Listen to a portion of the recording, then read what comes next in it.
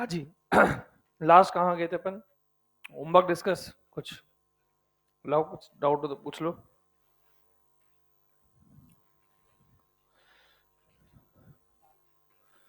कौन सा? सातवां। सातवां तो अभी होएगा ही नहीं। एरिया निकालना तो मैं सिखाऊंगा आज। और सातवें के अलावा ईएलपी 4 में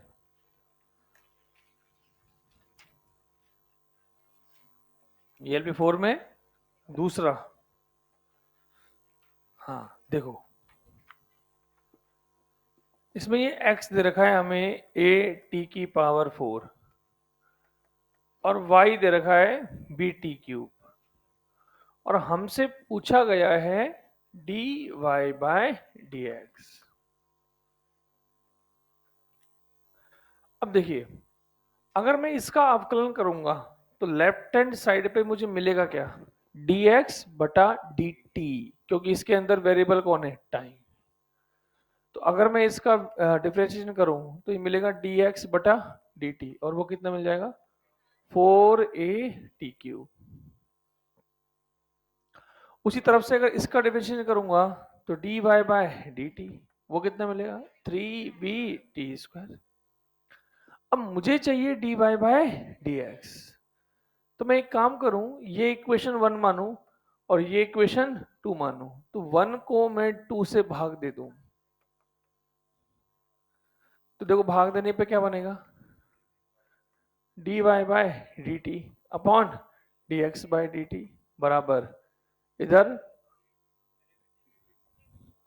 3b t² upon 4a⁵। dt से dt गया, ये क्या बनेगा?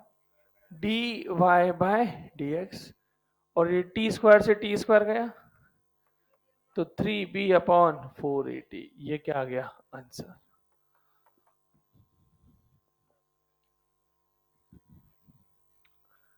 तो इसमें ये पता था कि जब ये t होगा तो इधर जो मिलेगा वो क्या होगा? dx/dt।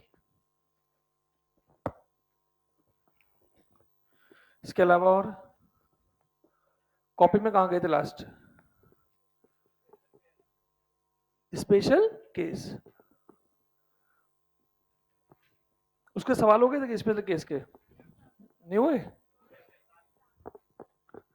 वो स्पेशल केस क्या है कि तकलीफ जो है, उस तकलीफ में ये भी चेक करना है कि तकलीफ में जो वेरिएबल है उसकी घात 1 होनी चाहिए। तो फिर क्या करना है? इंटीग्रेशन कर दो और उसके बाद जो भी गुणांक है उसको क्या कर दो? भाग कर दो। देखिए, अब लिखिए डेफिनेट इंटीग्रेशन, कि डेफिनेट कैसे निकालेंगे। याद कर, दो बताया था ना कल टाइप, एक इनडेफिनेट और एक डेफिनेट। इनडेफिनेट में तो क्या होता है, लास्ट में क्या यूज करते हैं? प्लस सी। इनडेफिनेट में लास्ट में प्लस सी नहीं लगाएंगे, इसमें लिमिट होगी। जैसे क्वेश्चन के लिए बात करूं, मान लो ये ऐसे है x³ dx 1 से लेके 2, तो अब इसके सिंबल से पता लग रहा है कि इस पे वैल्यू लिखी हुई है, मतलब ये डेफिनेट है कि इनडेफिनेट है? डेफिनेट, मतलब इसकी वैल्यू निश्चित आएगी, इसमें प्लस सी का यूज नहीं करना। अच्छा, ये जो मान होते हैं ये किसके होते हैं? वेरिएबल के। वेरिएबल कौन है? एक्स। अरे किसके रेस्पेक्ट में कर रहे हो? किसके सापेक्ष कर रहे हो? एक्स के। तो चर अचर कौन है? सॉरी, वेरिएबल कौन है? एक्स। तो ये लिमिट एक्चुअली किसकी होती है? एक्स की। और नीचे वाली लिमिट को क्या बोलते हैं? इनिशियल लिमिट, प्रारंभिक सीमा, इनिशियल लिमिट। और ये ऊपर वाली होती है फाइनल लिमिट, इनिशियल लिमिट और फाइनल लिमिट। अब अगर अपन देखें तो इसको सॉल्व कैसे करते हैं? जैसे नॉर्मली करते थे वैसे ही करेंगे। इसका इंटीग्रेशन पहले कैसे करते थे? x⁴ बटे 4। अब प्लस सी की जगह एक ब्रैकेट लगाएंगे ऐसा, उस ब्रैकेट में नीचे लिखेंगे x की 1 वैल्यू वैल्यू और ऊपर लिखेंगे x की 2 वाली वैल्यू। जो कांस्टेंट है उसे तो बाहर ले लो, कांस्टेंट मतलब जो x के अलावा कुछ भी हो वो सबका रख लो बाहर। अब अंदर क्या बचा है? ये कितनी है? 1 और ये 2। अब इसके बाद हमेशा क्या करना है? क्या करना है? हमेशा क्या रखनी है? अपर लिमिट, अरे बोलो क्या लिख दूं, चाहे फाइनल लिमिट, फाइनल लिमिट रख के उसमें क्या रखना है, माइनस करना है, किसको, इनिशियल लिमिट को। ये आपको हमेशा करना है।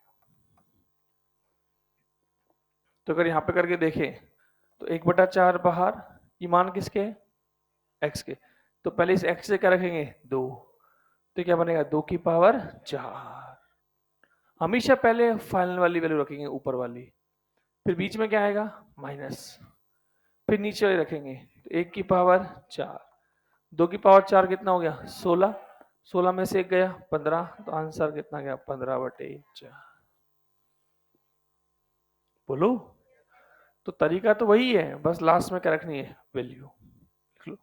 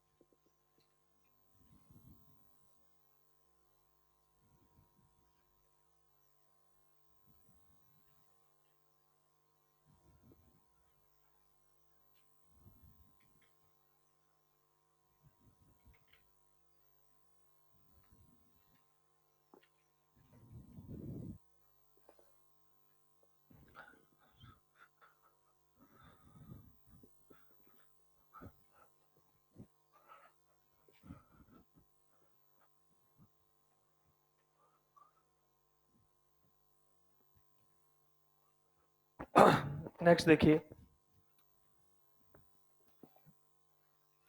अच्छा से इसका निकालना है अपन को, 2 sin x dx 0 से लेके 90 डिग्री तक।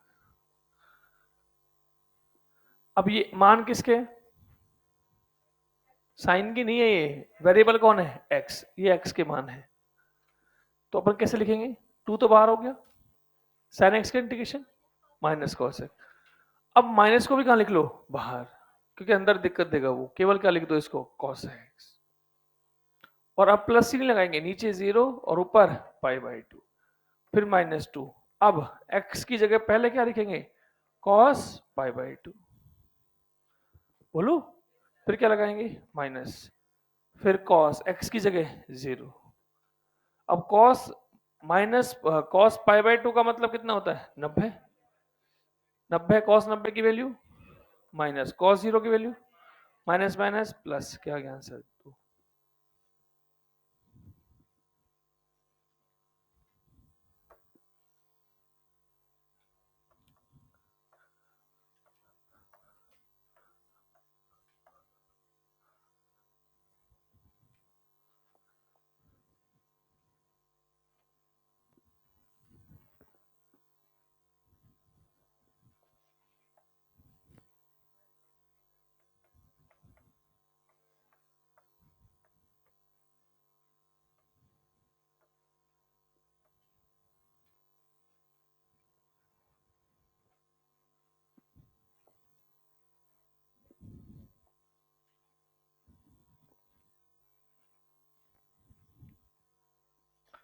केवल थ्योरी पढ़ने से चैप्टर खत्म हो जाएंगे, और आप भी।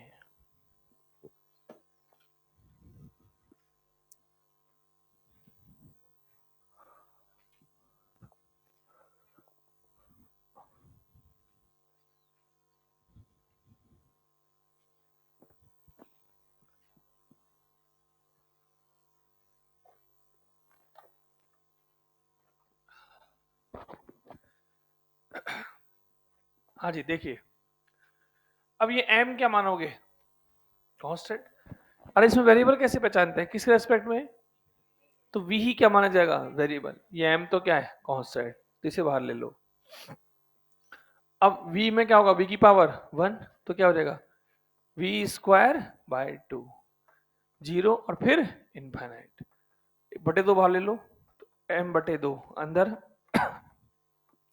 v स्क्वायर 0 से अनंत, पहले क्या रखेंगे v की जगह अनंत, तो m बाय 2। हाँ जी, अनंत का स्क्वायर फिर माइनस का 0। अच्छा, अनंत का स्क्वायर क्या होगा? अनंत। अनंत का मतलब समंदर। अब समंदर में एक समंदर और मिला दो तो क्या मिलेगा? समंदर। अच्छा, समंदर इनटू पानी का बाल्टी का पानी करो, समंदर को अगर पानी की बाल्टी से गुणा करेंगे तो भी क्या मिलेगा? समंदर। तो ये आंसर क्या आएगा? इनफाइनाइट है।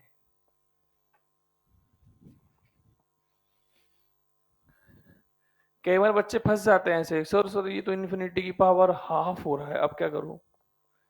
तो समझा कर इसका मतलब क्या? Not defined. अरे अनंत का मतलब यही तो है, इसका अंत नहीं है, तो उसके हाफ करोगे तो भी क्या आएगा? अनंत ही आएगा।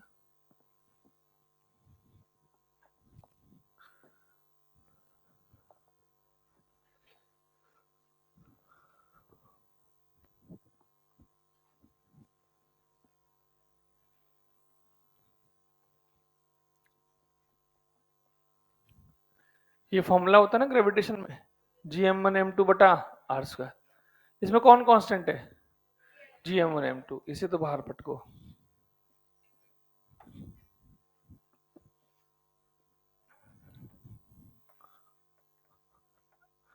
अब अंदर क्या बचा? 1 बाय आर स्क्वायर। इसे ऊपर ले जाऊं तो ये r की पावर -2 हो जाएगा। अरे यस और नो? अब इसका इंटीग्रेशन करो तो r की पावर -2 प्लस 1 क्या बचेगा? -1। और नीचे भी क्या बचेगा? -1। और कहां से कहां लिमिट? r से इंफिनिटी। अब माइनस को तो कहां ले लूं? बाहर। तो क्या बना? -g m1m2। और ये जो -1 है इसे कहां लिख दूं? नीचे। तो इसे ऐसे लिख दूं 1 बाय आर, आर और फिर इंफिनिटी। पहले क्या रखेंगे? इंफिनिटी। तो -g m1m2 पहले रखिए, इसकी जगह अनंत। तो ये क्या होगा? 1 बाय इंफिनिटी, फिर माइनस, फिर आर की जगह आर रखेंगे तो 1 बाय आर। अब 1 बाय इंफिनिटी 0, ये पता है क्या? तो 1 बाय इंफिनिटी क्या हुआ? 0। तो माइनस माइनस प्लस, तो क्या आएगा आंसर? gm1m2 बटा आर। ऐसे फिजिक्स में काम आएगा ये।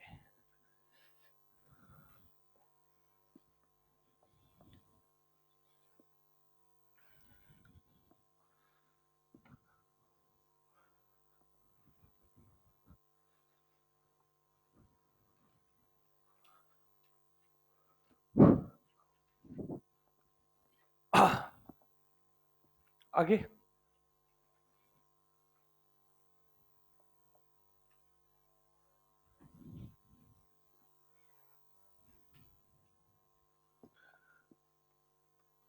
sin x plus cos x dx 0 से लेके π/4। π/4 कितना होता है? 45।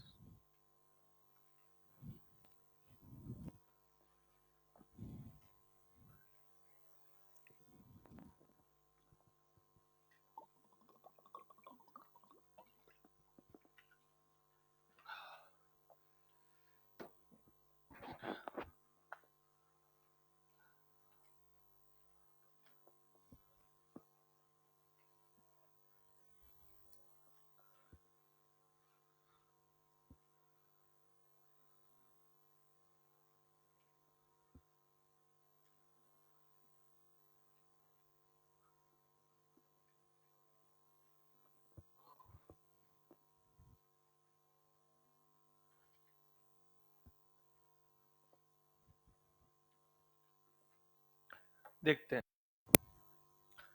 इसको दो अलग अलग कर लो। अरे बोलो, क्योंकि कितने इंटीग्रेशन है ये? दो। जब मैं सीधा कर दूं तो sin x का माइनस कॉस एक्स। अब एक तरीका तो ये कि पूरा करके फिर लिमिट लगाओ। मेरा तो तरीका याद रखो, एक एक पे लिमिट लगाओ, उससे क्या होगा? कभी भी सवाल गलत नहीं होगा। ऐसे फिर क्या लगाओ? प्लस। cos x का sin x, और sin x पे भी अलग से लगाओ 0 से π/4। अब माइनस को तो कहां ले लो, बाहर। अब अंदर पहले क्या रखेंगे, π/4, तो cos 45, फिर माइनस cos 0, और बोलो फिर बीच में प्लस, फिर sin 45 माइनस sin 0। अब अगर आप एक साथ लगाते तो गारंटी है गलत होने के चांस बढ़ जाते हैं, इसलिए अलग अलग करो। देखो अलग अलग मैंने लिमिट रखी है, अब गलती नहीं होगा। माइनस cos 45 1/√2, और cos 0 1 होता है, 0 नहीं होता, प्लस sin 45 1/√2, और ये 0 होता है। तो इस माइनस को अंदर लेके जाओ, क्या बना, माइनस का 1/√2 प्लस 1 प्लस 1/√2, इससे ये साफ क्या आएगा आंसर।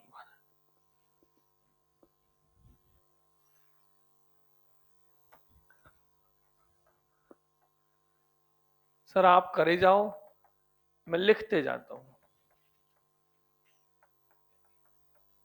क्योंकि इनमें से ही कोई सा आ जाएगा तो मैं कर दूंगा।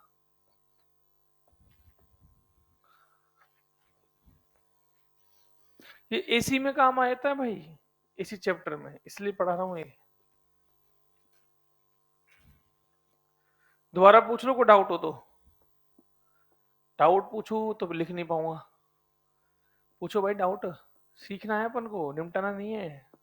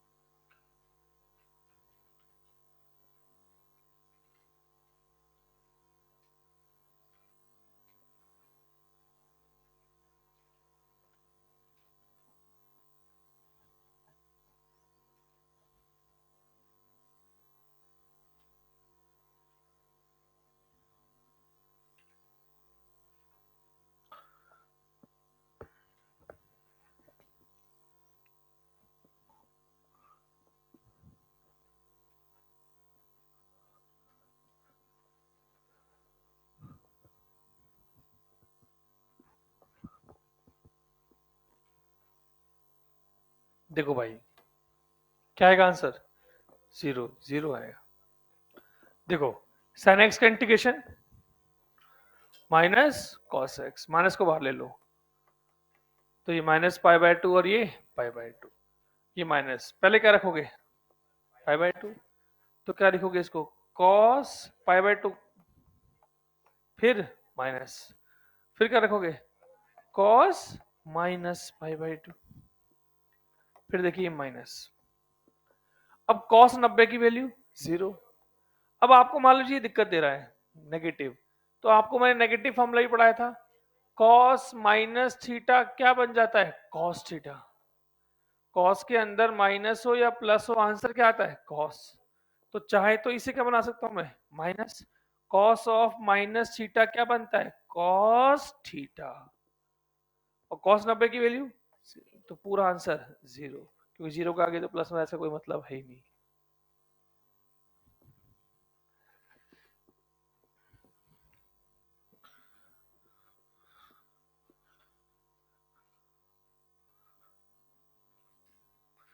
और समझ में आ रहे हैं, साइन टू थीटा का फॉर्मूला बता, कॉस टू थीटा का तीसरा फॉर्मूला, कॉस टू थीटा का तीसरा। ऐसे नहीं चलता ना बेटा बाबू काम, तू बता। कॉस टू थीटा के फॉर्मूले तीनों,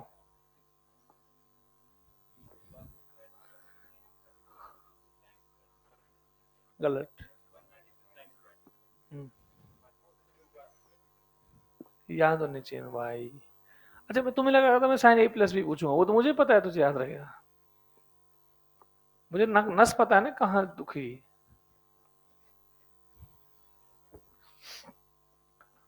सूत्र तो याद करने ही पड़ेंगे यार, मेरे पास कोई विकल्प नहीं है, तो बेसिक मैथ है, मैथ है, ये तो मैथ की तरह ही पढ़ी जाएगी। हाँ जी, चले, हो जाएगा ये। और देखिए, मान लो ऐसा मिल जाए सिंपल जो मिलेंगे फिजिक्स में, x square 3x² plus 2x plus 10 dx, ये मिलेगा 0 से लेके 2। कैसे करें इसको, पहले मैं बता रहा हूँ एक मेरे तरीके से। आप चाहे तो सीधा भी कर सकते हैं, लेकिन मैंने बताया ना एक दो सवाल में क्या करो इसको अलग अलग। कितने इंटीग्रेशन लिखे हुए हैं, 3। पहले अलग से लिखो, 0 से 2, 3x² और साथ में क्या लगाओ, dx। अरे dx को गुणा कर दो अंदर, फिर प्लस इंटीग्रेशन 0 से लेके 2, क्या है ये, 2x dx, फिर प्लस इंटीग्रेशन 0 से 2, क्या आ गया, 10 dx। अब इसका इंटीग्रेशन करना पड़ेगा, बोले क्या होगा, 3/3, ये हो गया x³, 0 से लेके 2। सही है, इधर बताओ, 2 बाहर और इसका कितना आएगा, x²/2, तो 2 को मैंने बाहर लिख दिया और x² पे क्या लगा दिया, 0 से लेके 2, प्लस इसका क्या होगा, 10 तो बाहर है, और dx का x, 0 से लेके 2। अब इससे ये कट गया, इससे ये कट गया, तो पहले x से क्या रखोगे, 2, तो 2 का क्यूब माइनस 0, क्योंकि 0 की पावर 3 भी क्या होगा, 0, फिर प्लस, पहले रखोगे 2 का स्क्वायर माइनस 0 प्लस 10, x से पहले क्या रखेंगे, 2, 2 माइनस 0, 2 की पावर 3 8 प्लस 4 प्लस 20, तो कितना आ गया आंसर, 32। किसी का आया था,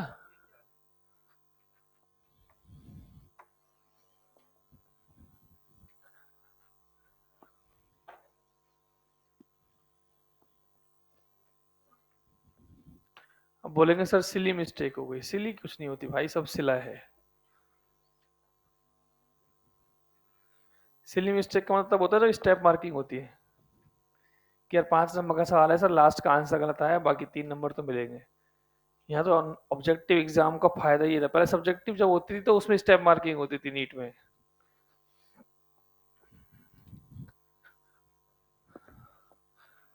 अब तो ऑब्जेक्टिव है, आंसर सही आना चाहिए, चाहे B4 बजरंगबली या C4 चमेली माता, कोई सी भी हो।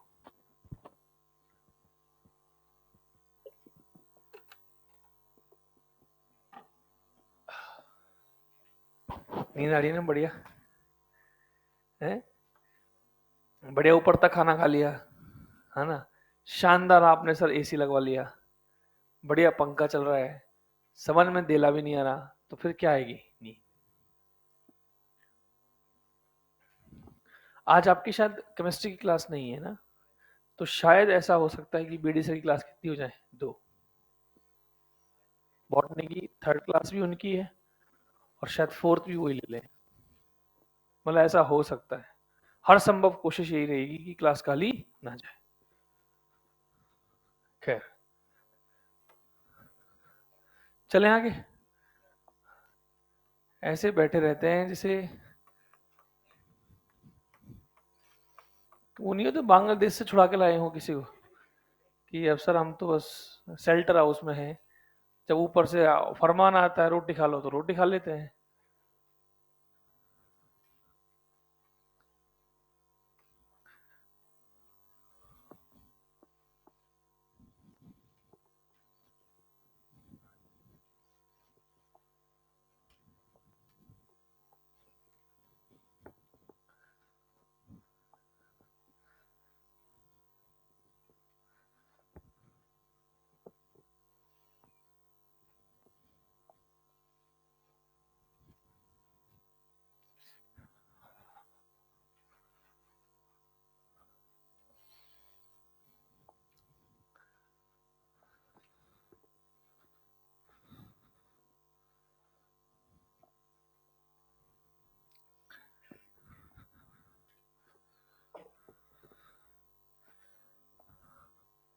क्या आएगा, 18। 22 किससे लिया है भाई? 12 भी आ गया, चलो 3 तो बन गए, एक और बना ले ऑप्शन, 18। तो 12, 22, 18 और कोई 18 यार है क्या? क्या बनेगा, सीधा लिख दूँ? 2 टी का t²/2, लिमिट 1 से 2, 1 से 3। हमेशा क्या होता है, 90% सवालों में नीचे क्या होता है, 0। तो गलती ज्यादा उसमें होती है जिसमें 0 ना हो। प्लस अब 5 का बच्चे क्या कर देते हैं, 0। 0 थोड़ी होगा, ये 5 के साथ क्या लिखा हुआ है, dt। तो क्या होगा, 5t, 1 से लेके 3। क्या बनेगा ये, 3 का स्क्वायर माइनस 1 का स्क्वायर प्लस 9 में से 1 गया 8 और 10 कितना आया, 18।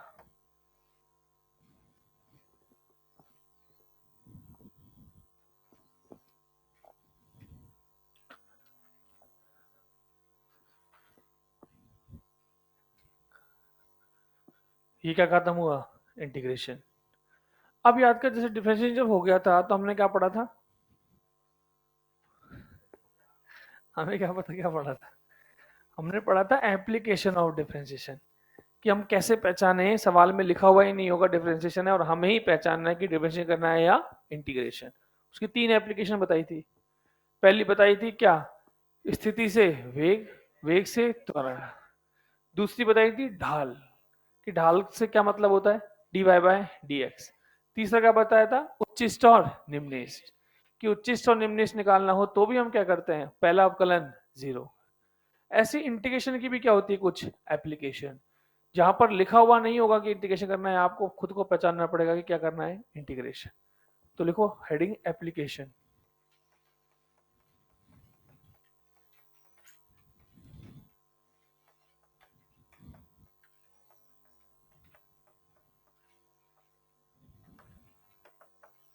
Applications of integration.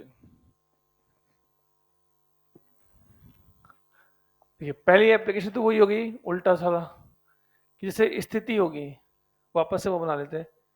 स्थिति जब होती है इसे क्या बोलते हैं, एक्स, वेग को v और त्वरण को a। हम जानते हैं कि अगर स्थिति से वेग निकालना होता है तो हमें क्या करना होता है, अवकलन। और सूत्र क्या बनता है, dx/dt। वेग से त्वरण निकालना होता है तो अवकलन ही करना होता है, और ये क्या बनता है, dv/dt। तो आगे बढ़ना है तो क्या करना होता है, अवकलन। और मैंने बताया यहाँ भी क्या मान लीजिए, खाई, और यहाँ भी खाई, कि इसके आगे नहीं जाएंगे। लेकिन अगर उल्टा आना हो तो इंटीग्रेशन रिवर्स प्रोसेस है।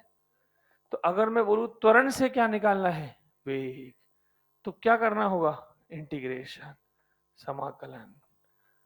और समाकलन का सूत्र क्या होगा, किसका समाकलन करना है, ए का। समाकलन का चिन्ह लगाओ, किसके रेस्पेक्ट में, टी के रेस्पेक्ट में। पर यह ध्यान रखना है कि जब समाकलन करते हैं तो इसमें सीमा होती है, और सीमा के कारण इसका मान वेग नहीं आता, हमेशा क्या मिलता है, वेग में परिवर्तन। आप मेरे से बहस कर सकते हो कि सर वेग क्यों नहीं मिलता, अरे इसलिए नहीं मिलता क्योंकि जब भी ये सवाल करोगे तो यहाँ पर लिमिट होगी t1 से t2। तो जब लिमिट के साथ कोई अवकलन होगा तो वो तो क्या देगा, चेंज। और लास्ट में क्या लिखेगा, t2 माइनस टी, तो वो क्या हुआ, असीमित दिया कि सीमित दिया, सीमित। इसे बोलते हैं चेंज। तो आप तो याद रखो, जब भी समाकलन करते हैं तो जो वैल्यू प्राप्त होती है वो क्या होती है, चेंज। क्या प्राप्त होती है, change, delta we. Delta we का मतलब, तो वेग नहीं मिलेगा दोस्त, वेग में परिवर्तन। अच्छा, वेग का, वेग का समाकलन करें तो वेग का समाकलन किया, समाकलन का सूत्र v dt। तो अब x नहीं मिलेगा, डेल्टा x। और डेल्टा x का मतलब स्थिति में परिवर्तन, और दुनिया वाले इसे ही क्या बोलते हैं, विस्थापन। तो सबसे इंपॉर्टेंट बात बता रहा हूं, कभी भी यही नहीं, पूरी फिजिक्स में यही होता है। हमने एनएलएम में सीखा हुआ होगा या सीख, कि बल होता है dp बटे dt, कि मतलब संवेग का अवकलन क्या देता है, बल, और बल का समाकलन क्या देगा, संवेग नहीं, संवेग में परिवर्तन। क्या देगा, संवेग में परिवर्तन। चेप लो।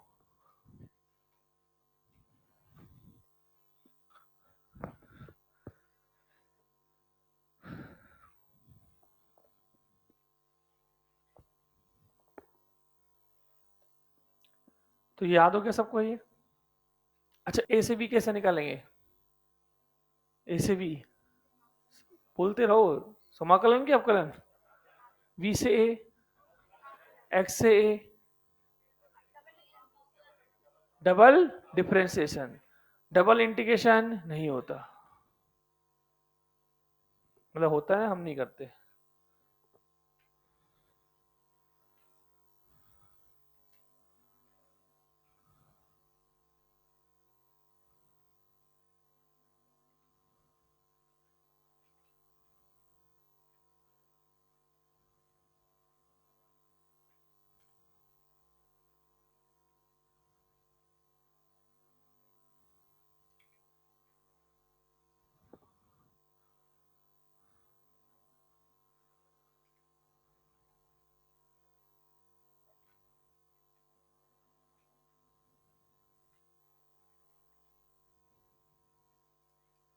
चलिए,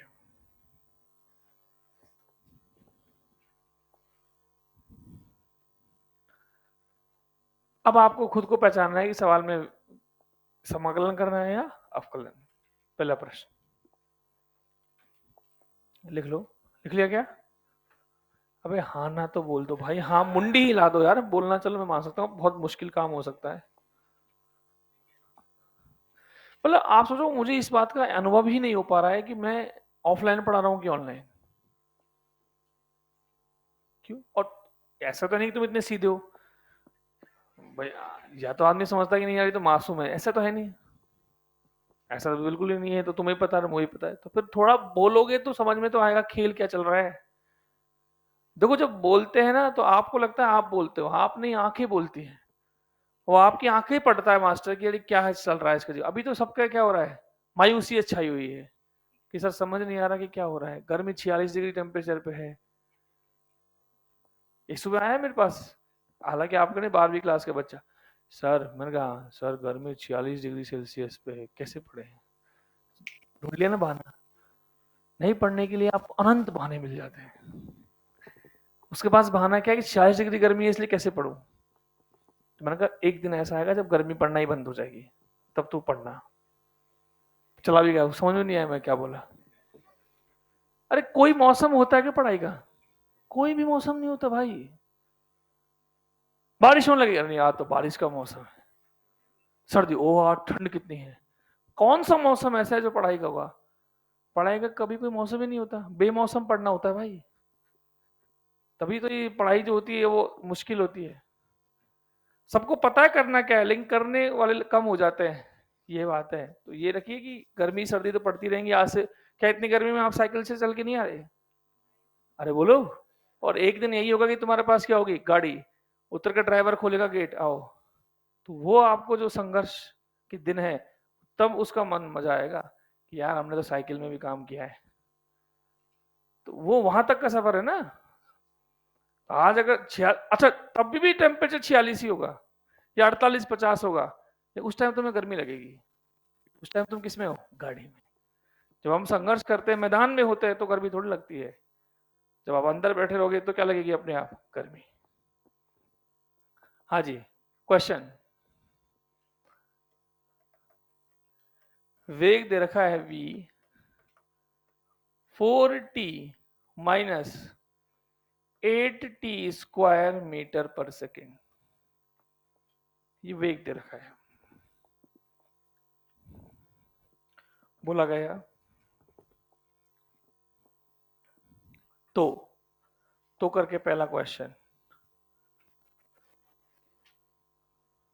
वह समय बताइए जब त्वरण शून्य होगा। आंसर नहीं बोलना है। वह समय बताइए जब त्वरण शून्य होगा।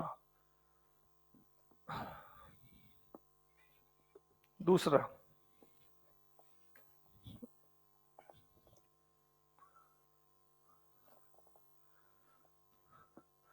प्रारंभिक त्वरण, प्रारंभिक त्वरण। तीसरा, यदि तीसरा यदि प्रारंभिक स्थिति यदि प्रारंभिक स्थिति x बराबर 1 मीटर है, यदि प्रारंभिक स्थिति 1 बराबर 1 मीटर है तो t बराबर 3 सेकेंड पर स्थिति बताइए। अभी सवाल काइनेमेटिक्स का है। 3 सेकेंड पर स्थिति बताइए। तसल्ली से, लैंग्वेज में होगा, अजीब अजीब मान लिख रहे होंगे, लेकिन पढ़िए तसल्ली से।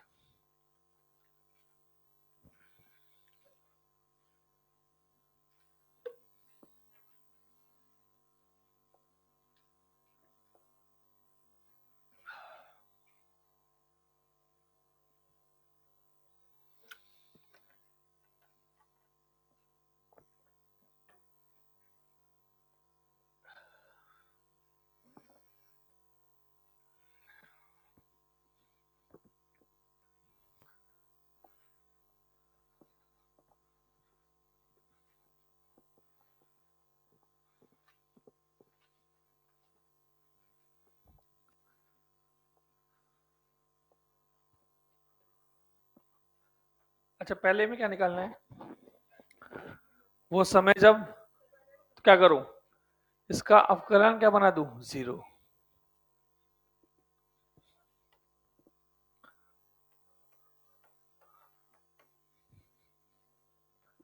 तो पहले में तो उत्तरण निकाल लो। तो 4 माइनस 16t बराबर 0। तो t का मान 4 सेकेंड। ये तो आ गया, नहीं आया? उल्टा लिख दिया क्या? 1/4 आएगा। क्या आएगा? 1/4। दूसरा, दूसरे मैंने पूछा प्रारंभिक त्वरण, तो पहले क्या निकालो? त्वरण। 4 माइनस 16t, प्रारंभिक का मतलब t बराबर 0। ये बताई थी मैंने बात। t बराबर 0 रख दो, तो एक कितना आ गया? 4 मीटर पर सेकेंड स्क्वायर। तीसरे में क्या पूछा है? प्रारंभिक स्थिति दे रखी है, और अच्छा पूछी क्या है? स्थिति पूछी तो क्या है? स्थिति। और दे क्या रखा है? तो कहां जाना है? आगे की पीछे? पीछे। तो क्या करना है? समाकलन। तो इसका समाकलन बनाया करो ऐसे, 4t माइनस 8t स्क्वायर और साथ में dt। कहां से कहां? यहां लिमिट किसकी आएगी? टाइम की। वेरिएबल कौन है? तो टाइम की लिमिट बोलो यहां पर 0 से कहां तक? 3। और ये क्या देगा? Delta x। ये x नहीं देगा, डेल्टा x। अब रख दो वैल्यूज। तो डेल्टा x क्या लिखोगे? x final minus x initial. इसका इंटीग्रेशन करो, 4/2 टी स्क्वायर 0 से लेके 3, फिर -8/3 टी क्यूब 0 से लेके 3। अच्छा, फाइनल स्थिति निकालनी है। इनिशियल कितनी है? 1। अरे सवाल नहीं देखिए, कितनी? 1 बराबर 2, और अंदर कितना हो गया? ये 3 का स्क्वायर माइनस 0, फिर -8/3, 3 का क्यूब माइनस 0। तो x फाइनल -1, ये हो गया 9 दूनी 18 माइनस 1 3 से 1 3 गया, 9 8 72। अरे बोलो कितना का? 54। कितना? माइनस का।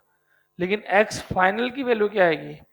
इस -1 को उधर लेके जाओगे तो क्या बनेगी? -53 मीटर। और स्थिति तो नेगेटिव भी हो सकती है, पॉजिटिव भी, क्योंकि स्थिति का मतलब है निर्देशांक। नहीं आया समझ में? क्या किया? अरे गणित की है यार।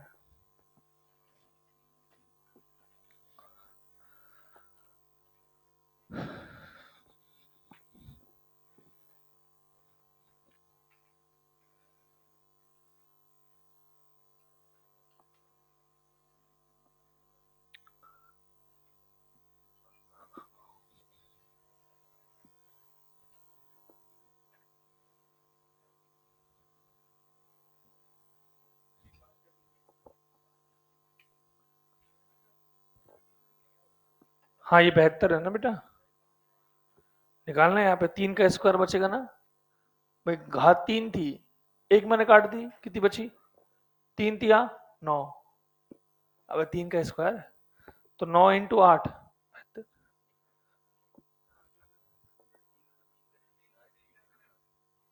हाँ वो मुझे पता है, वो लग रहा है ऐसा तेरे को, पर वो देखियो 3 क्यूब है वो। अच्छा कैसे काटता, कैसे दिखाता, अच्छा काट के 2 दिखाऊं, अब ठीक।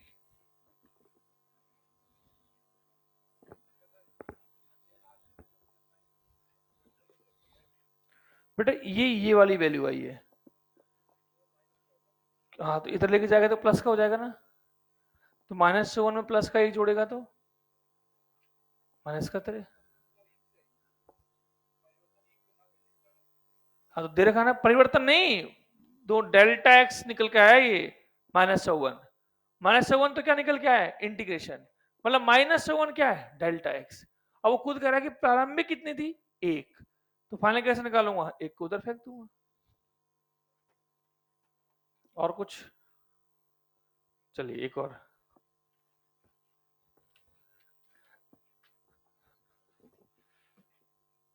पूरे नोट्स बनाए आपने, लिखिए,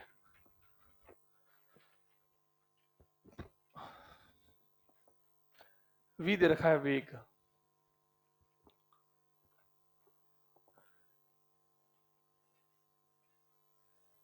क्या दे रखा है, 8 minus 2t is equals to 0, zero काय को लगा रहा हूं मैं, 8 minus 2t metre per second, ये क्या दे रखा है, वेग।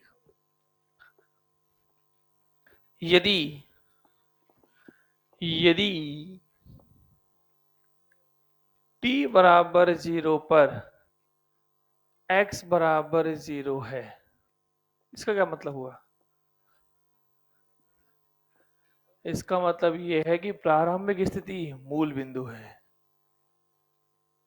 प्रारंभिक स्थिति कैसे पता लगा, t बराबर 0, तो कौन सी स्थिति है, प्रारंभिक, और वो x बराबर कितनी है, 0, तो तो वह स्थिति बताइए जब कण रुक जाएगा, वह स्थिति बताइए जब कण रुक जाएगा। रुकने का तात्पर्य क्या है, वे क्या कर दो, 0, तो उसे समय मिल जाएगा, उस समय तक क्या कर दो, इसका समाकलन।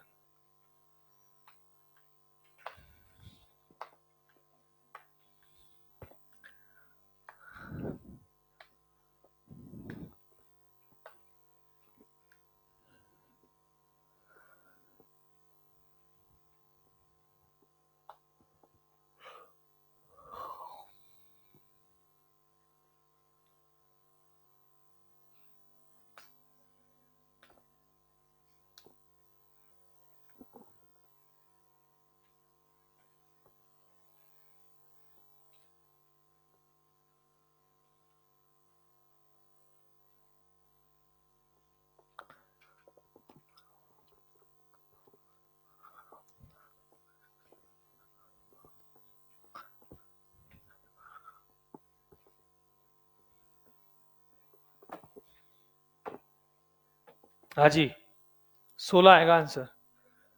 कैसे करेंगे पहले बताओ, देखो सवाल को समझना पड़ेगा लैंग्वेज से, पढ़ी लैंग्वेज को आराम से। क्या कह रहा है वो, कब निकालना है, जब कण रुक जा, अच्छा पहले क्या निकाल, स्थिति निकालने की तुरंत, स्थिति निकालने की तुरंत निकालना है पूरे सवाल में, स्थिति तो क्या करना है, समाकलन, तो पहले तो समाकलन जमा ले करो कि 8 माइनस 2t dt, और ये क्या देगा, डेल्टा x। अब तुझे अपने आप दिखेगा कि ये जब इंटीग्रेशन करेंगे तो किसकी लिमिट चाहिए, टाइम की, एक तो पता है कौन सी, 0, एक नहीं है, तो निश्चित सवाल में उस टाइम की लिमिट के बारे में भी कुछ ना कुछ कहा गया होगा, ऐसे सोचना है। अब वो दूसरा टाइम कैसे पता लगाऊं, जब कण रुक जाएगा, तो रुकने का मतलब क्या हुआ, वेग को क्या कर दो, 0, 8 माइनस 2t बराबर 0, तो t का मान 4, तो मतलब मुझे इसको इंटीग्रेट कहां तक करना है, 4 तक। और डेल्टा एक्स क्या होगा, x final minus x initial. अच्छा इस केस में इनिशियल भी कितना है, 0। अब तो इंटीग्रेट कर दो इसको,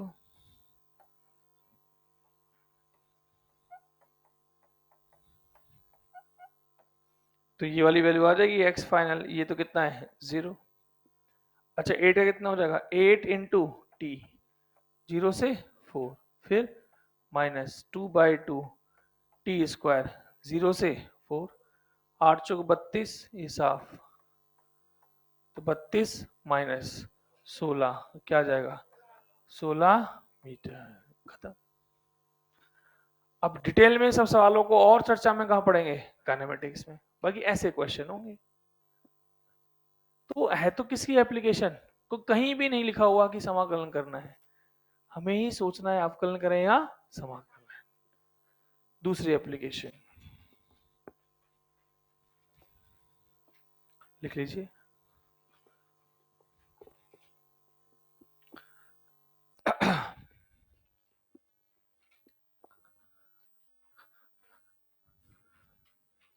छायांकित भाग का क्षेत्रफल निकालना, छायांकित भाग का क्षेत्रफल निकालना।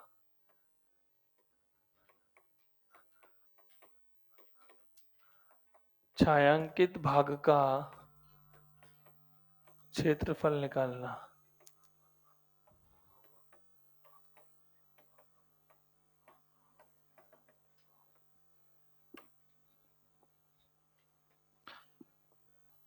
अंग्रेजी में बोलते हैं इसको एरिया अंडर द ग्राफ। देखिए पहली बात तो ये जो क्षेत्रफल हम निकालते हैं वो क्षेत्रफल होता किसके बीच में है, तो क्षेत्रफल हमेशा होता है वक्र और एक्स अक्ष के मध्य, बंधित, मतलब वो बंधित क्षेत्रफल है जो केवल किसके मध्य होना चाहिए, वक्र और एक्स अक्ष की। जैसे मैं आपसे बोलूं कि मान लीजिए कि ये मेरे पास कोई वक्र है वाई और एक्स का इस तरीके से, और मैं आपसे बोल रहा हूं कि यार इस बिंदु से और इस बिंदु तक क्या निकालिए, इसका ये वाला क्षेत्रफल निकालिए। तो अभी क्षेत्रफल का मतलब कौन सा होना चाहिए, क्षेत्रफल का मतलब ये थोड़ी है कि नीचे तक ले जाऊं, क्षेत्रफल का मतलब वक्र और एक्स अक्ष तक ही सोचना है भाई, इतना नीचे मत जाइए। ये एरिया निकालना है। अच्छा ये लिमिट किसकी है, एक्स की, बहुत सुंदर, मान लीजिए कितनी है x2 और ये x1।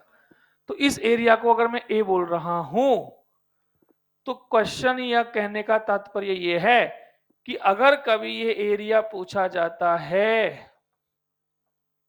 तो इसका मीनिंग क्या है, अवकलन कर, सॉरी समाकलन कर दीजिए, किसका, y का, किसके सापेक्ष, x के, कहां से कहां तक, x1 से x2।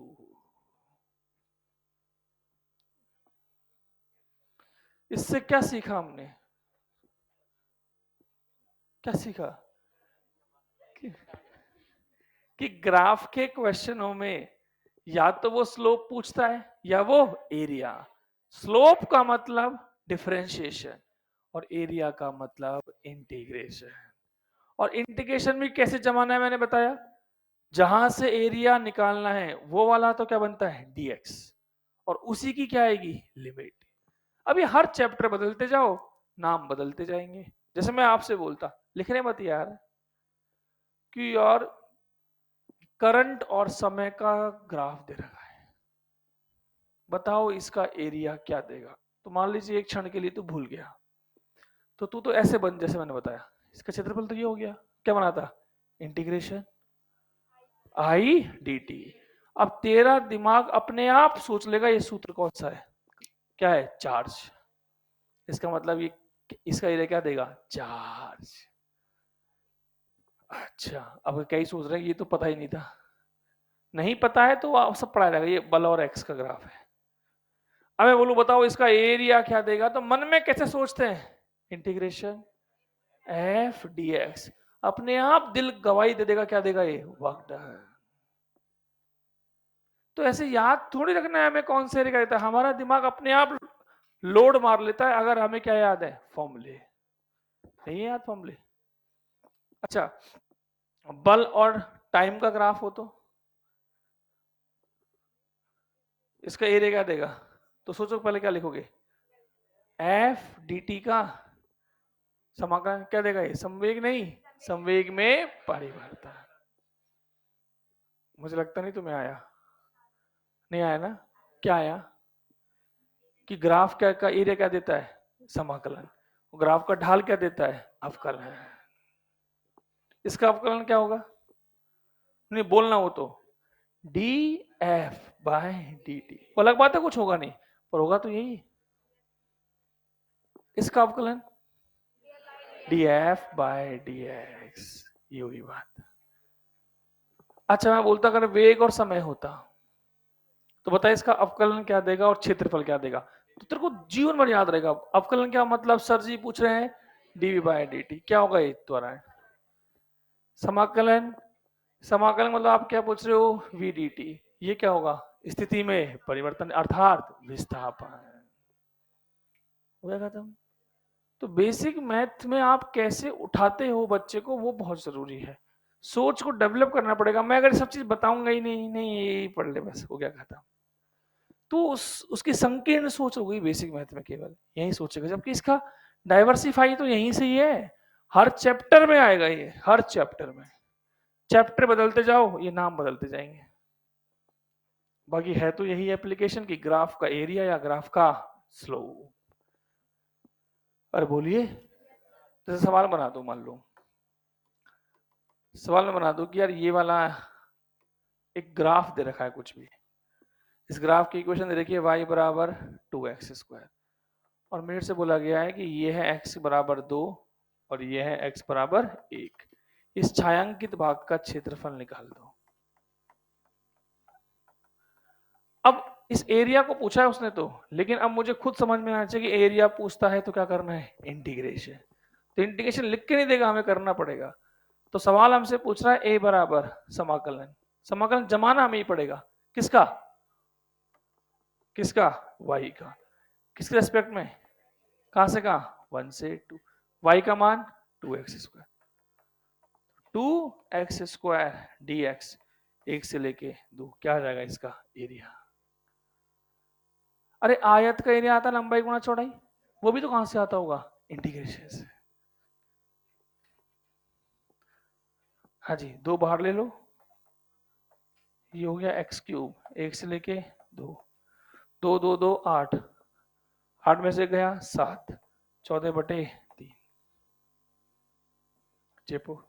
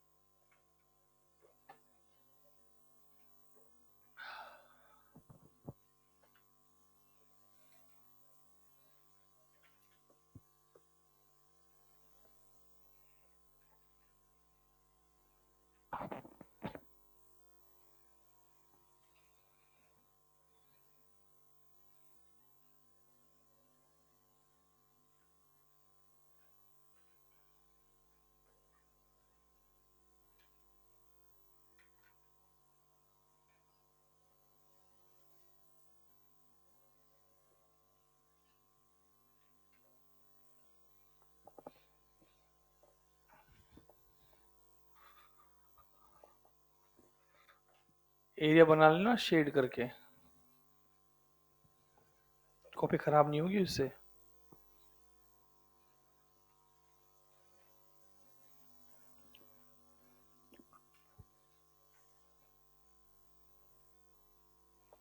क्या एरिया नेगेटिव हो सकता है,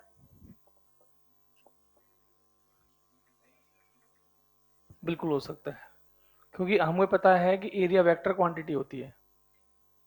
अरे आप फ्लक्स नहीं पढ़ते? फ्लक्स, फ्लक्स क्या होता है? ई डॉट ए, तो उसमें ए क्या है? Area vector. तो सच में तो एरिया कैसी क्वांटिटी है? वेक्टर। तो नेगेटिव भी हो सकती है और पॉजिटिव। हाँ, अक्ष के नीचे का ग्राफ का एरिया क्या होता है? नेगेटिव। चले, जैसे मान लीजिए मैं बोलता लिखो ऐसे कि ऐसे होता, मान लीजिए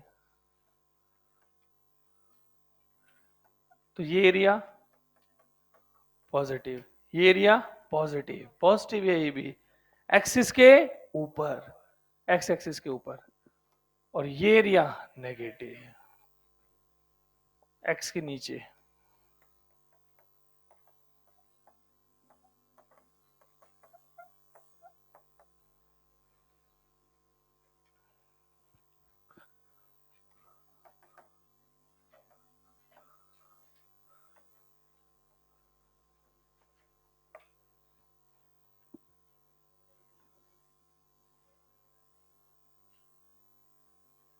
ये कोई ग्राफ दे रखा है y और x का, ये है 6, ये है 4, ये है 10। बोला गया है कि आप ये निकाल दीजिए।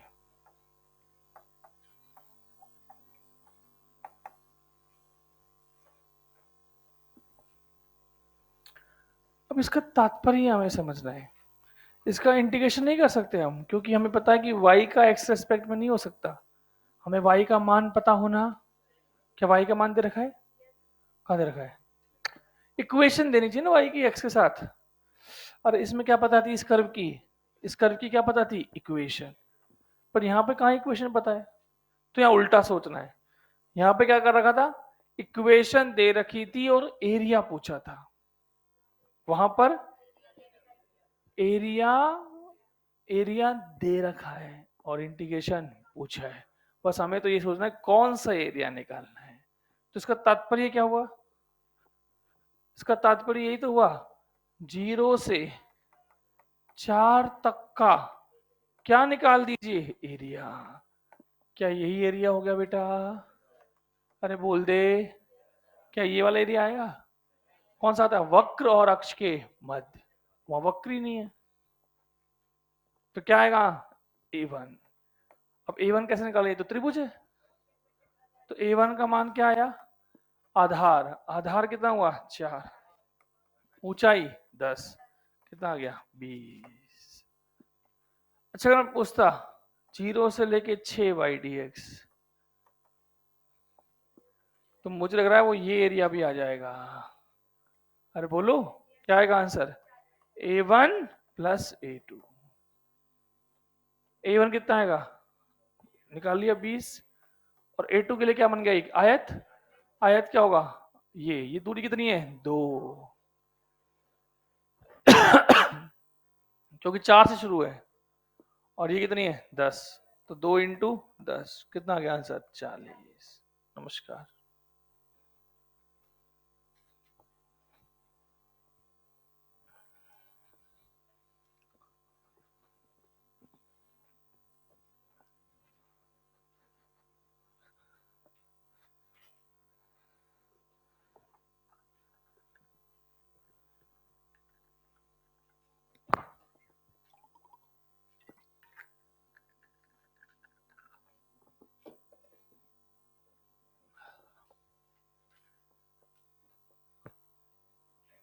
पिछली स्लाइड पे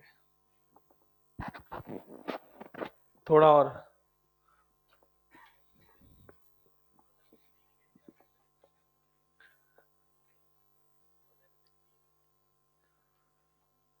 क्या लग रहा है तेरा आंसर क्या रहा है?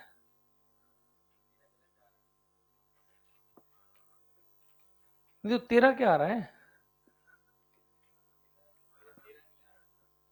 तेरा तो मेरा भी नहीं आ रहा।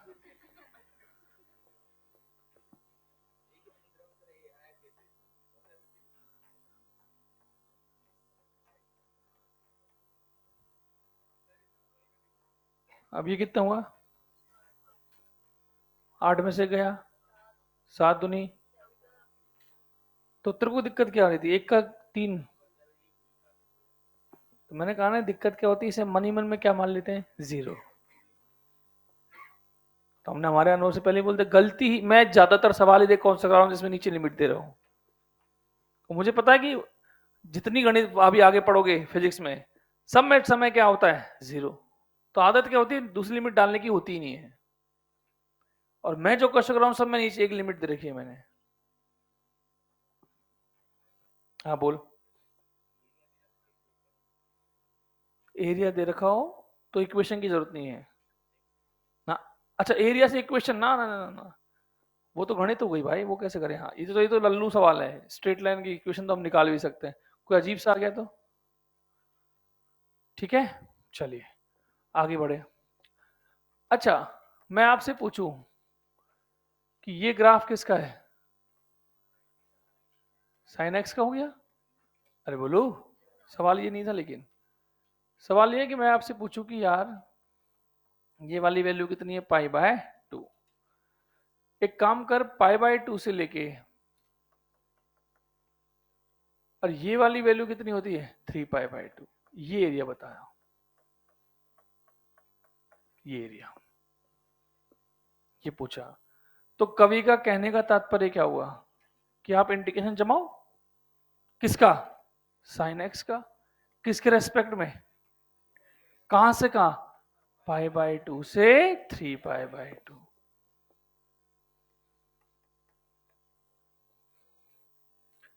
आइए मिलके सॉल्व करें। क्या आएगा, साइन एक्स का माइनस कॉस एक्स, ये पाई/2 और ये 3π/2, माइनस अंदर कॉस के अंदर 3π/2, माइनस फिर कॉस के अंदर पाई/2।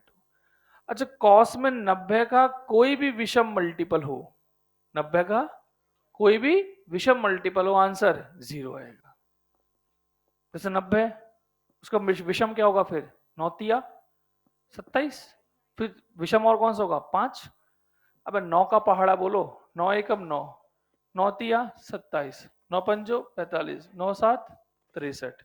ये सारे जो एंगल होंगे, इन सब, ये एंगल क्या है, 90 के विषम मल्टीपल ही तो है, इन सब पर कॉस की वैल्यू 0 है।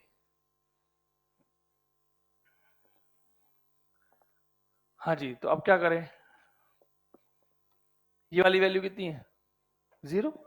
ये भी, अरे नहीं पता हो तो रट लो, कॉस 270 का मान 0 होता है, तो ये वैल्यू कितनी आ गई, 0।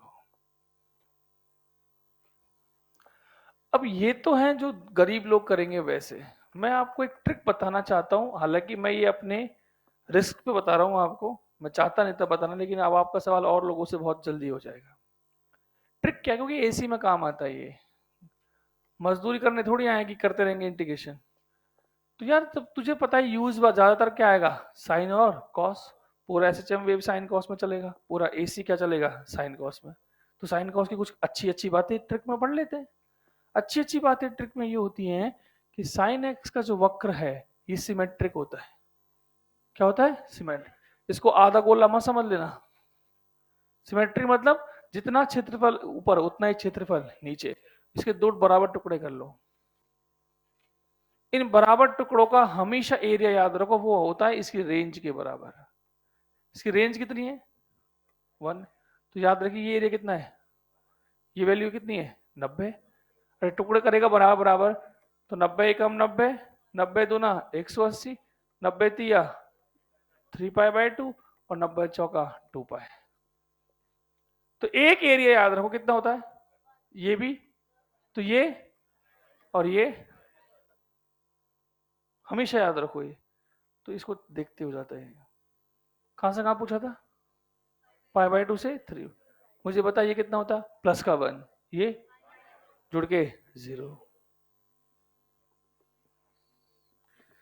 जैसे एक सवाल मैंने कराया था,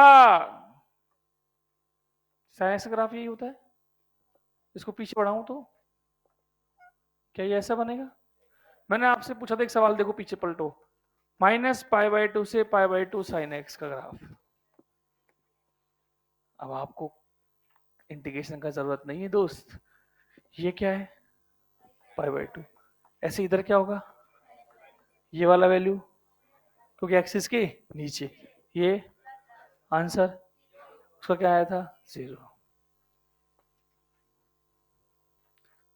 तो जादू कला है थोड़ी है कोई, ये सब गणित है। मैंने कहा ना ये मैं सोच के नहीं आता हूँ कि बताता हूँ, ये ऑन द स्पॉट में सोचता हूँ कि मुझे बताना है तो ठीक है, नहीं तो ये तरीका तो है ही। अच्छा साइन तो फॉलो करता है किसको, सॉरी कॉस फॉलो करता है किसको, साइन को। तो कॉस में भी यही होता है, बस फर्क ये होता है कि कॉस साइन की ग्राफ बनाना आना चाहिए। वो कहां से स्टार्ट होता है, ऊपर से। ये 90, इसके दो टुकड़े करो, ये पाई, ये 3π/2, और एक ऊपर क्या आएगा यहाँ पर 2π। ये तो आप लोगों ने एसी में पढ़ोगे, आप एसी एक चैप्टर है कि साइन एक्स का पूरे एक आवर्त काल में औसत मान क्या होता है। तो औसत मान का मतलब आएगा वहां पर समाकलन। अब साइन एक्स का मैं आपसे पूछूं 0 से लेकर 2π में बताओ समाकलन क्या होगा, तो करेंगे थोड़ी इसको यार, ये रटा हुआ होना चाहिए। डी 0 से 2π जितना प्लस आंसर, इसलिए इसका इंटीग्रेशन कितना है, इसलिए इसका औसत मान भी 0 है। किसी को बताना नहीं है क्योंकि तुम्हें भी नहीं रहेगा यार। अरे कुछ समझ में आई ट्रिक, सर ट्रिक तो कुछ नहीं है, ये आ गया। और हमेशा आदत रखिए, मैं कभी भी ऐसा नहीं करता हूं कि सीधा ट्रिक बताता हूं, हमेशा पहले क्या बताऊंगा, बेसिक। तो गरीब लोग इससे दूर रहें।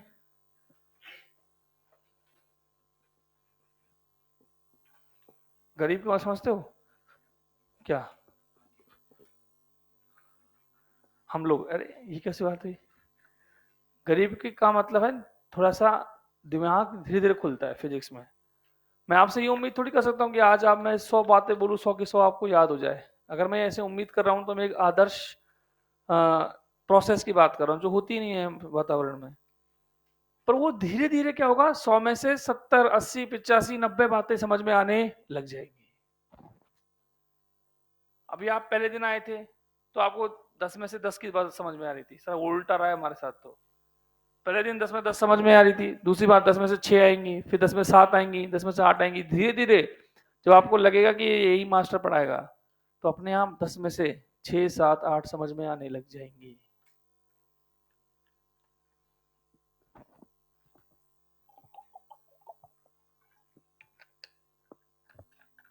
समझ में आया, कैसा है जीरो, जीरो कैसा आया, जीरो कैसा आया इसका आंसर,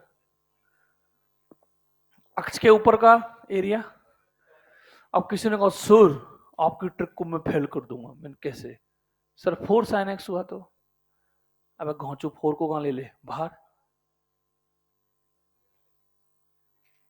और sin x का क्या होगा, जैसे ऐसे किया वैसे। अरे आते ही सवाल करो, देखो आज पहला ही सवाल क्या कराया था, 2 sin x, तुम्हें तो ये भी याद नहीं है। 2 sin x कराया था पहला क्वेश्चन, 0 से π/2 2 sin x। अब तो खुद बता क्या आएगा उसका आंसर, 2 sin x का क्या आंसर आएगा, 2 sin x dx का 0 से 90 तक क्या आंसर आएगा दोस्त, 2 को कहां खींचो बाहर।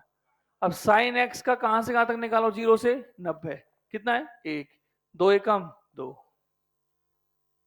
तो सॉल्व करने पर भी कितना आया था 2।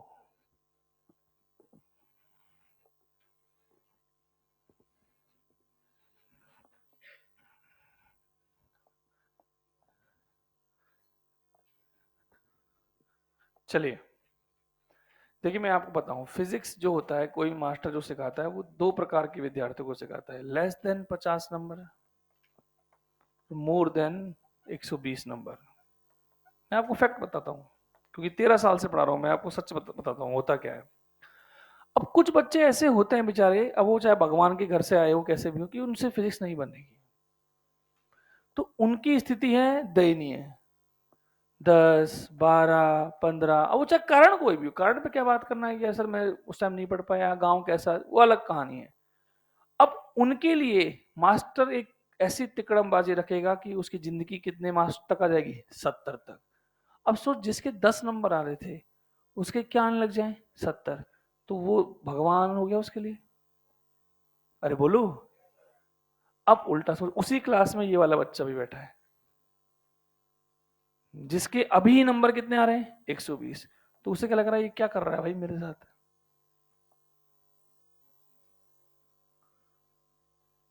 वो तो यहाँ इसलिए बैठा ना कि इस मास्टर से मुझे उम्मीद है कि मुझे 150 प्लस दिलाएगा, और ये सोच रहा है कि 10-20 वाले को क्या दिला दो, 70। और दोनों में अलग अलग तरीका होगा पढ़ाने का भाई, क्योंकि मैं आपसे उम्मीद करूंगा मैं ऐसा पढ़ा दूंगा 10 से 120, नहीं, मेरे से नहीं होगा। आदर्शवादी युग में नहीं जीते अपन। 10 वाले नंबर के अचानक 120 में कहां से दिला दूंगा भाई, मेरे खुद के नहीं आते थे, नहीं आ सकते ना। अभी सामान्य तौर पे समझो, वो धीरे धीरे ही आएंगे। तो उसके लिए अलग बीमारी का इलाज होगा कि उसको कैलकुलेशन की दिक्कत आएगी, उसे एक ही जैसा सवाल 10 बार कराना पड़ेगा, उसे एक ही बात 6 बार बोलनी पड़ेगी, तब उसके दिमाग में बैठने लगेगी और वो सही करने लगेगा। अच्छा, ज्यादातर उसे सवाल सॉल्व करके देना पड़ेगा, उसके ऊपर छोड़ना नहीं पड़ेगा, ताकि उसे हमेशा ये अनुभव रहे कि वो सही कर रहा है। हाँ, सब आ रहा है। सब आ रहा है कब पता लगेगा, जब आप कुछ करो ही नहीं। तुम्हें सब कुछ समझ में कब आ सकता है, जब सब कुछ मैं ही कर दूं। मान लो मैं ईएलपी का सॉल्यूशन भी कराने लग जाऊं, देख पहला क्वेश्चन ये सॉल्यूशन, दूसरा ये सॉल्यूशन, अब पता सब मैंने परोस के दे दिया, तुझे लगेगा ही नहीं कुछ नहीं आता, तुझे लग रहा है सब आ रहा है। लेकिन बेटा ये इसे बोलते हैं मीठा जहर। ये जहर है, ये खत्म कर देगा आपको, क्योंकि उससे क्या होगा, यहां आप तक पहुंच पाओगे, 70 तक। लेकिन क्लास में ऐसा बच्चा भी तो है जो अभी 120 ला रहा है, अब वो 150 की उम्मीद करके क्लास में बैठा है, अगर मैं उसको 70 वाली बातें बताऊंगा तो फिर क्या होगा। इसलिए हर टीचर दोनों तरीके के खेल जानता है, ये वाला भी और ये वाला भी। लेकिन अब वो जमाने गए, पहले क्या होते थे, ये वाला बैच अलग होता था और ये वाला बैच अलग होता था। तो मास्टर को जाने से पहले पता रहता है कि यार वो 130 वाला बच्चा इसमें है कि 70 वाला बच्चा इसमें है। अब ऐसा ही नहीं किसी भी कोचिंग में नहीं, क्योंकि अब तो भेदभाव वाला फील हो जाता है ना कि यार कैसे हो गया ये। तो ये आजकल सब एक साथ होता है, एक साथ होने पे अब कंटेंट एक जैसा थोड़ी हो सकता है, नहीं हो सकता भाई। तो दोनों चीज बतानी पड़ती है, तो समय भी ज्यादा लगता है। बहुत सारी ट्रिक्स मास्टर बचा लेता है, क्योंकि वो पता है कि इस वाले को समझ नहीं आएगी वो ट्रिक, और कुछ बतानी ही पड़ती नहीं, तो इस वाले के साथ आप धोखा कर रहे हो। तो ऐसे दोनों चीजों में से ऐसा हो सकता है कुछ चीजें आपको समझ में ना आए, तो आप मान के चलिए कि वो क्यों बताई जा रही है, धीरे धीरे जब आपका लेवल बढ़ेगा आपको समझ में आएगा। कुछ बच्चे जो होते हैं वो पुराने क्लास के नोट्स से अपने पास क्यों रखते हैं, क्योंकि उन्हें लगता है कि अब वो नोट्स की इंपोर्टेंट समझ में आती है, अच्छा यार उस मास्टर ने ये नोट्स में लिखा था, अब समझ में आया।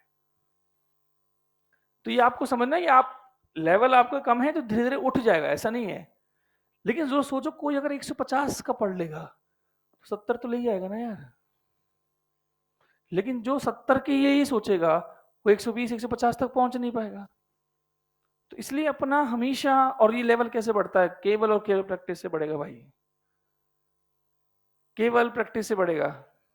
मैं किसी बैच में जाऊं, यूएनडी पढ़ा के आ जाऊं, और उस बैच से मान लीजिए एक बच्चा टॉपर निकल गया, मैं बोल दूं इसको तो मैंने पढ़ाया, तो मूर्ख हूं ना मैं यार। उस टॉपिक को मैं नहीं भी पढ़ाता तो भी वो खुद ही पढ़ लेता, क्योंकि 150 160 वाली जो बातें हैं, उसके बाद जो व्यक्ति जिसके मन में 150 नंबर की भाषा होती है, महत्वाकांक्षा होती है, वो स्वयं ही बहुत मेहनती होता है। उसे पता रहता है कि सवाल करने हैं, उसे पता है कि राजनीति में नहीं फंसना है, उसे पता है कि डेली क्लास आना है, काम से काम रखना है, खत्म। और यहाँ में से हिंदी मीडियम लोग हम तो हम वैसे भी राजनीति में कम पढ़ते हैं, और जो पढ़ते हैं वो फिर राजनीति में रहते हैं। अपन लोगों को तो वैसे भी बहुत परिवेश ही ऐसा रहता है कि अपने गांव में घर में दादाजी माताजी पिताजी बचपन से यही पैदा करते हैं कि मेरे जैसा मत बनना। तो अपने अंदर तो सतत सतत वो रहता है गुण की यार कुछ करना है कुछ करना है, तो अपन फिर भी इन चीजों से बचते हैं। पर फिर भी कोशिश करिए कि अभी आप इसी रेंज में हो, मैं विश्वास दिलाता हूँ, विश्वास करिए, जो मैं कह रहा हूँ वो करिए, आप इधर से इधर तक पहुंच जाएंगे। और मेरी क्लास में ये वाला भी संतुष्ट रखने की कोशिश करूंगा और ये तो संतुष्ट हो ही जाएगा, दोनों को बराबर रखा जाएगा। हर क्लास का यही गणित है, फिजिक्स हो केमिस्ट्री हो बायोलॉजी हो, क्लास में दोनों प्रकार का व्यक्ति बैठा है। वो गया मास्टर प्रो 1 का मतलब, मास्टर प्रो 1 मतलब कि 3 बार का रिपीट। अब तो बच्चा ऐसा भी बैठ सकता है जो बेचारा पहली बार पढ़ रहा हो। तो ये तो है ही। तो पढ़ाना हमेशा सब कुछ बेसिक से पढ़ेगा, चाहे कोई भी हो, तो बेसिक से सब पढ़ाया जाएगा। बस आपको ये, क्योंकि ये मैं ऐसा क्यों बोल रहा हूँ, एक बच्चा मेरे पास सुबह साइन कराने आया कि सर मैं कॉन्कर में जाना चाहता हूँ। मैंने कहा क्यों? सर वहाँ बेसिक से पढ़ाते हैं। अरे भाई इससे बेसिक का पढ़ के देखा है क्या वहाँ पे? बेसिक का मतलब यही है, इससे बेसिक क्या होता है? बेसिक का मतलब क्या है कि लिखा हूँ Ram is a good boy. Basic अपने मन में बेसिक मानना पड़ता है आपको। यार इंटीग्रेशन करना ही ऐसे होता है, इसका क्या बेसिक सिखाऊं, है ना? तो आपको ये सोचना है। नेक्स्ट लिखिए थर्ड एप्लीकेशन, समय बचा नहीं है, खत्म करेंगे जिससे। थर्ड एप्लीकेशन क्या है? औसत मान ज्ञात करना। औसत मान,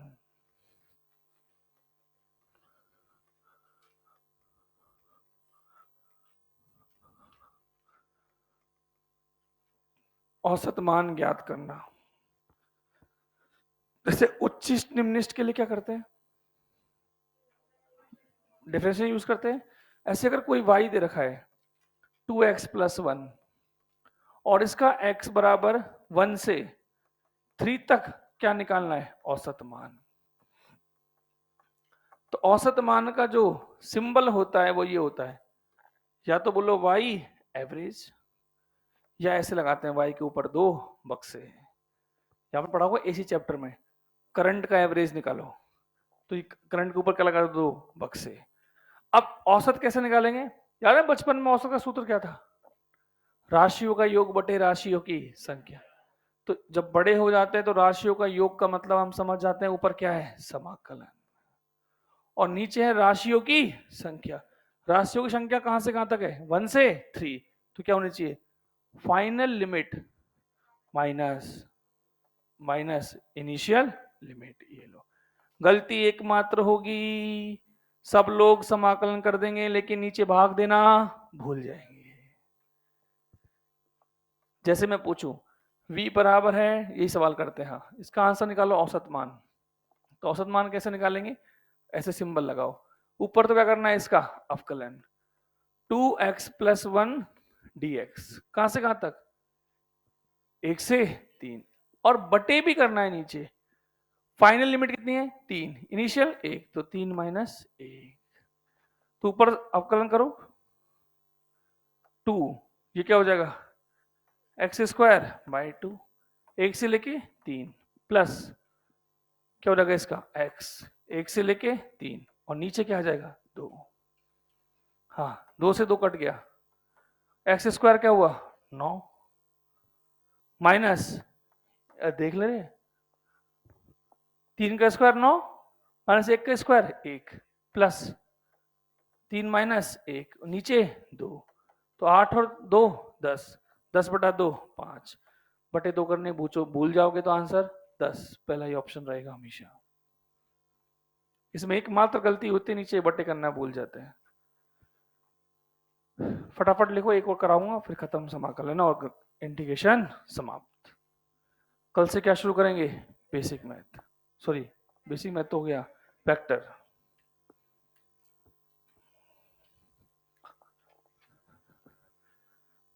तो कल ऐसा हो सकता है कि अपनी 2 क्लास हो जाए, है?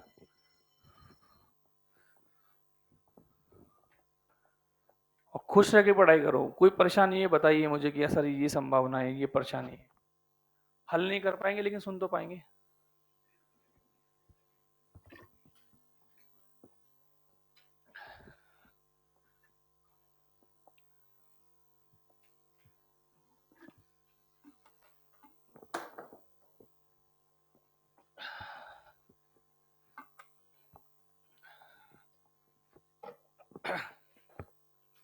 हाँ जी, एक और वो एसी का सवाल कर लेते हैं। I0 sin ω t, ये लिख लिया क्या? ये सूत्र है बस काम का, कि ऊपर तो समाकलन करना है और नीचे final limit minus lower limit या इनिशियल लिमिट। लास्ट क्वेश्चन आज का। अच्छा अब मुझे याद है वो रह गए हैं अभी सवाल, वो dr/dt वाले। एक तो सवाल है ना वो आयतन में परिवर्तन की दर, वो 2-3 सवाल रह गए हैं, वो मुझे पता है ना, चिंता ना करो, वो 5-7 मिनट करके फिर शुरू करेंगे वेक्टर। हाँ क्या बोल रहा था मैं? हाँ जैसे देखो एक सवाल बना दिया अपन जो वहां पे आ गई इसी में, कि करंट है I0 साइन ओमेगा टी, और इसका हमें एवरेज निकालना है। कहां से कहां तक? t बराबर 0 से t बराबर पाई बटे ओमेगा तक। ये सिंबल किसका है? एवरेज का। तो पहले सूत्र क्या लगाओगे? पहले सूत्र बोलो, समाकलन बटे अपर लिमिट कितनी है? पाई बटे ओमेगा, और इनिशियल 0। अच्छा, समाकलन कैसे जमाओगे? आई नॉट साइन ओमेगा टी किसके रेस्पेक्ट में? D T. कहां से कहां? 0 से पाई बटे ओमेगा, और नीचे पाई बटे ओमेगा। अब ये कैसे करें? क्या आई नॉट कॉन्स्टेंट बाहर आ जाएगा, और ये अंदर क्या है? तकलीफ, और तकलीफ में वेरिएबल की घात 1। क्या बना दूं? माइनस कॉस ओमेगा टी, काम खत्म, बटे ओमेगा। इस ओमेगा को छेड़ देना, और साथ में क्या है? 0 से पाई बटे। अभी मैं मेरे मन से नहीं करा रहा हूं, ये सवाल है आपके मॉड्यूल में। किस चैप्टर में? एसी में। पाई बटे ओमेगा, माइनस का आई नॉट बाहर। अच्छा, ओमेगा भी क्या आ जाएगा? बाहर। अब अंदर क्या बचा? Cos omega T. पहले इस टी की जगह क्या रखोगे? पाई बटे ओमेगा। तो क्या रखोगे? देख, कॉस ओमेगा टी की जगह पाई बटे ओमेगा, फिर माइनस, फिर टी की जगह 0, तो क्या बन जाएगा? कॉस 0। और नीचे क्या है? पाई बटे ओमेगा। ओमेगा से ओमेगा कैंसिल, क्या आया? ऊपर ले जा, माइनस का आई नॉट, और नीचे क्या बच गया? पाई। ऊपर क्या बचेगा? ओमेगा से ओमेगा, क्या बचेगा? Cos pi minus cos 0। Cos pi का मान माइनस का 1, और 180 हो गया ना। और ये भी कितना होता है? माइनस। अरे कॉस 0 का मान 1, और आई क्या लगा हुआ है? माइनस। माइनस माइनस प्लस, क्या है आंसर? 2i0 by pi. याद है इसी में आता है ये सवाल? नहीं, एसी चैप्टर का है। अच्छा मुझे बताइए, सवाल जो है इसमें क्या एसी का यूज है? इस चैप्टर में कोई एसी है कि एसी पूरा बेसिक मैथ है? Basic math.